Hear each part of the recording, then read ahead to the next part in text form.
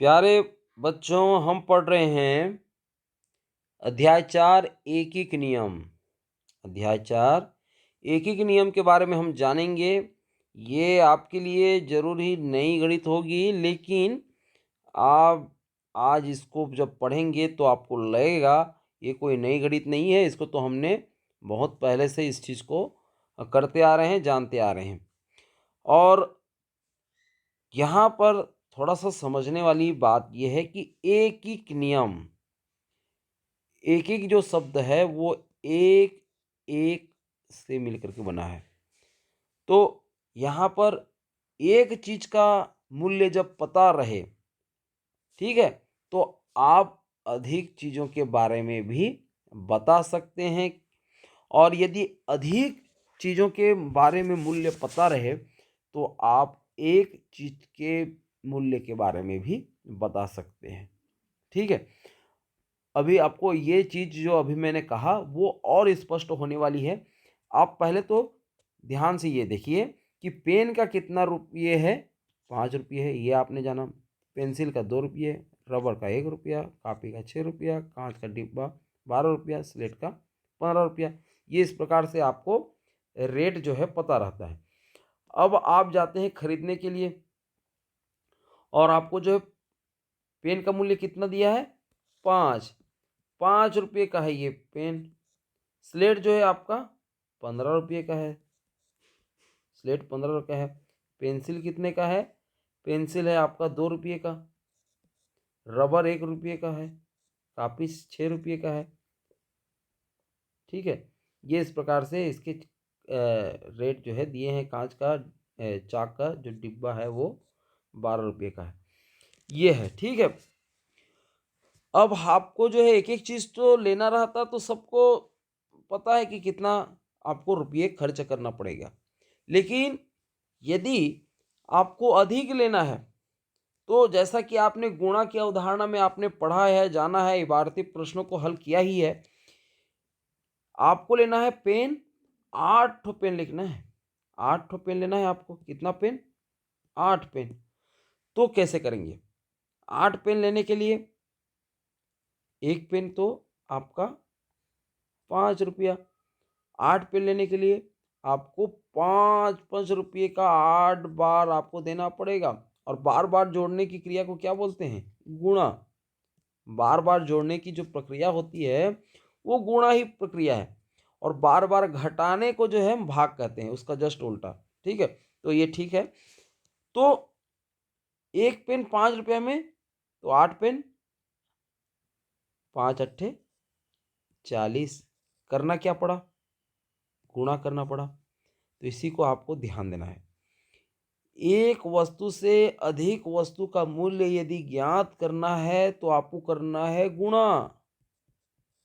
एक आपको पता है 5 रुपया और आपको अधिक चीज के बारे में जानना है तो करना क्या है, गुणा करना है।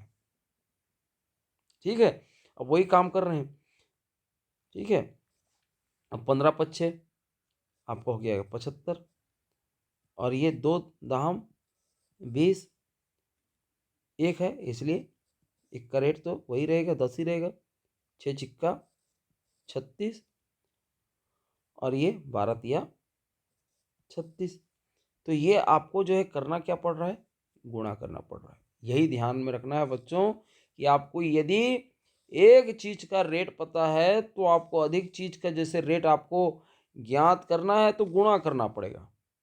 ठीक है, अब हम आते हैं यहाँ पर। देखिए, यदि एक वस्तु का मूल्य ज्ञात हो और अधिक वस्तुओं का मूल्य ज्ञात करना हो तो एक वस्तु के मूल्य में वस्तुओं की संख्या गुणा करते हैं। अब जितना संख्या रहेगा उतना से आपको गुणा करना है जी। ठीक है, ये 2 रुपये का मूल्य है पेंसिल और आपको 10 ठो पेंसिल लेना है तो 10 से गुणा करोगे, दो क्या है ना। और 20 ठो लेना रहता तो 20 से करते, है ना। तो जितना संख्या वस्तु की संख्या से उतना हम वस्तु के मूल्य में गुणा कर देते हैं। तो ये हुआ एक चीज। दूसरा जो चीज है वो ये है कि जैसा कि यहाँ पर इस सारणी को देखते हैं। यहाँ पर पेन, कितना पेन है, 7 पेन है। उसका मूल्य कितना बैठ रहा है, 28 रुपया। पेन का रेट कितना है ये जानना है। देखिए 7 का पता है, लेकिन एक पेन का कितना है ये जानना है। मतलब अधिक का पता है आपको और पता करना है एक का। तो यहाँ पर आपको भाग करना पड़ेगा। इसके पहले आपको एक पता था और अधिक का पता करना था, तो वहाँ पर गुणा करना पड़ा था। अभी जो है आपको अधिक पता है और एक का जो है आपको हासिल करना है। तो जो वस्तु का जो मूल्य है उसमें वस्तु की जो मात्रा है इसका हम भाग दे देंगे। मतलब 28 जो है 7 में कितने बार में कटेगा, या 7 के पहाड़े में 28 कितने बार में आता है? तो आता है 7 चौक 28, 4 बार में आता है। तो एक पेन का मूल्य आपका हो गया 4 रुपये। मतलब सीधा सीधा 28 को जो है भाग दे दिए किससे? 7 से। ये बटे जो है भाग है ना, तो 7 एकम 7, 7 चौक 28, ये आ गया 4। यही है। उसी प्रकार से रजिस्टर देखिए, रजिस्टर का जो मूल्य, जो 5 रजिस्टर का मूल्य दिया हुआ है 60, और उसमें जो वस्तु की जो संख्या है वो कितना है? 5। तो 5 से हम भाग दे देंगे, तो ये हो जाएगा 5 12 60। ठीक है। इसी तरीके से 72 मूल्य है कितना? 6 डिब्बे का। तो एक डिब्बे का कितना होगा ये देखना है। तो आप क्या करेंगे? 6 का पहाड़ा पढ़ेंगे। 6 एकम 6, 6 एकम 6, हासिल आया 1, और 6 दूनी 12, मतलब 6 12 72। ठीक है। इसी तरीके से जो है पेंसिल जो है 20 रुपये की है और 10 संख्या है, तो एक पेंसिल की मूल्य कितना हो गया? इधर का शून्य कटे, इधर का शून्य कटे, उत्तर आ गया आपका 2। ठीक है। पीछे पीछे का शून्य इस तरह से आप काट सकते हैं, है ना? तो ये हो गया 2। तो यहाँ पर यदि एक वस्तु का मूल्य से फिर अधिक वस्तु का मूल्य यदि ज्ञात करना हो तो गुणा करते हैं, और अधिक वस्तु के मूल्य से एक वस्तु का मूल्य यदि ज्ञात करना हो तो गुणा का जो विपरीत काम है, और गुणा का विपरीत काम क्या है? भाग। भाग करना पड़ता है। ठीक है। बटे करके जो काट रहे हैं ना, ये भाग ही तो है। तो आशा है आपको जो है एक ही के नियम जो है पूरी तरह से क्लियर हो गया होगा।